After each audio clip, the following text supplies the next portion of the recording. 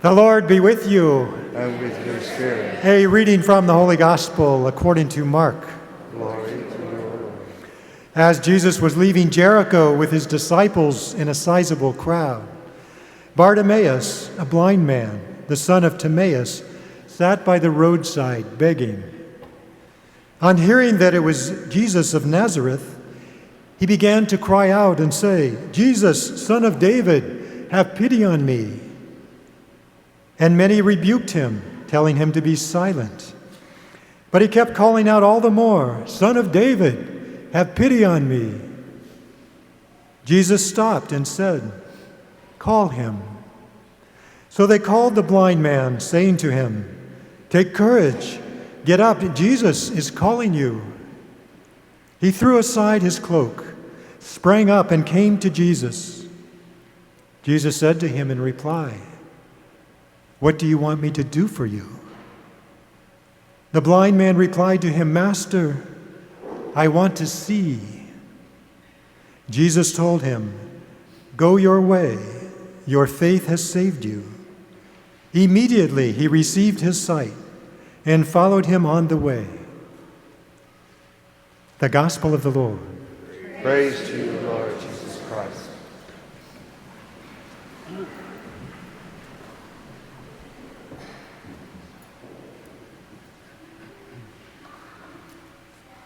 Good morning. Welcome. Welcome to those joining us on the live stream. The 1954 movie On the Waterfront stars Marlon Brando in the role of Terry Malloy, a washed-up boxer turned longshoreman who's standing up against organized crime on the docks. There's a scene in that movie where Terry is talking with his brother, Charlie, that contains one of the most memorable movie lines of all time. Terry says to his brother, "You don't understand. I could have had class. I could have been a contender. I could have been somebody instead of a bum, which is what I am. I could have been a contender. Could have been successful at something." Most children have some aspirations for what they want to be when they grow up. Maybe a ballerina, or a fireman, Major League Baseball player, maybe a doctor, or a lawyer. Then life happens. And for most of us, those aspirations are sidelined by the time we reach middle age. They usually fade to a dim, unrealistic memory. But for some, looking back at life in hindsight, they become deep, woulda, coulda, shoulda regrets. Blame for failure is sometimes placed on restrictive parents, self-serving employers, unexpected physical impediments, or other unfair circumstances beyond our control in life. When each of us are first imagined in the mind of God, He also has certain aspirations for us. For every human being He breathes life into, God appoints certain tasks, and He weaves into our creation the very nature to undertake them.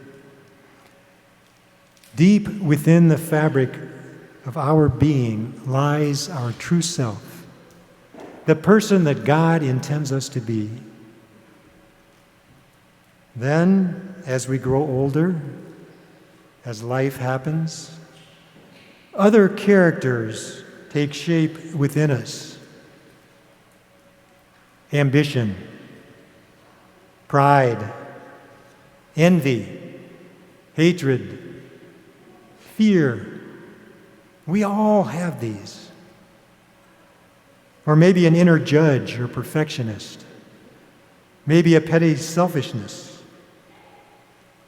These characters become an inner multitude of competing voices. They can overpower, marginalize, and push our true self off to the side. Injured in this way, the person that God intends us to be cries out for healing, for attention, for presence and witness. But these other inner characters have no room or tolerance for any expressions of vulnerability or need. They try to silence the cries of our true self with harshness, intolerance, narrow vision of what is acceptable in the world. Today, Jesus speaks to our true self in the inner person that God intends us to be. What do you want me to do for you? This is the voice of wisdom, empowering us to ask for what we need, to not rely on victimization or to be silenced. He invites us to become more aware of our inner multitude of characters, to recognize that they're all voices of brokenness and need within us.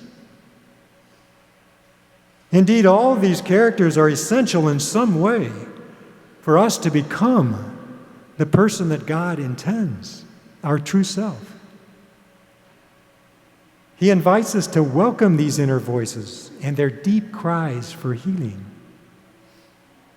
And it's by the power of His grace that we make that long, slow journey to wholeness.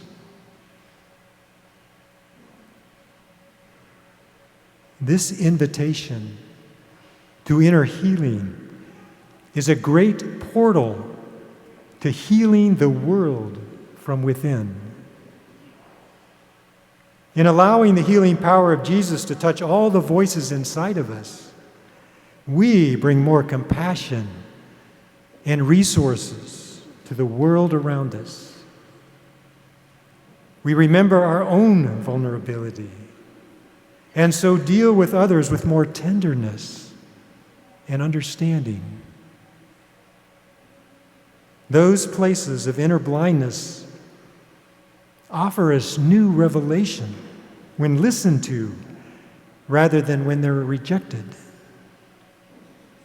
It turns out they're essential to our true being, to becoming the person that God intends us to be, and to our own places of calling within the world. Jesus invites us to embrace our limitations, our weaknesses, and our vulnerabilities. His cure for our inner blindness is the light of faith. In that light, our aspirations are not dependent on external factors beyond our control. We can be somebody. We can be a contender. We can be that person that God intends us to be. If our lives aren't currently following the path of Jesus, if we find ourselves off to the side of the road, then cry out to Jesus, Son of David, have pity on me. Don't let the weight of your past hold you back because you feel like you can't change. Stop blinding yourself by pulling the wool over your own eyes and refusing to look at the consequences of your own actions. Don't keep feeling that you're utterly lost because of all the time that you let slip through your fingers without hope of ever being recovered. Rather, give voice to your true self. Son of David, have pity on me.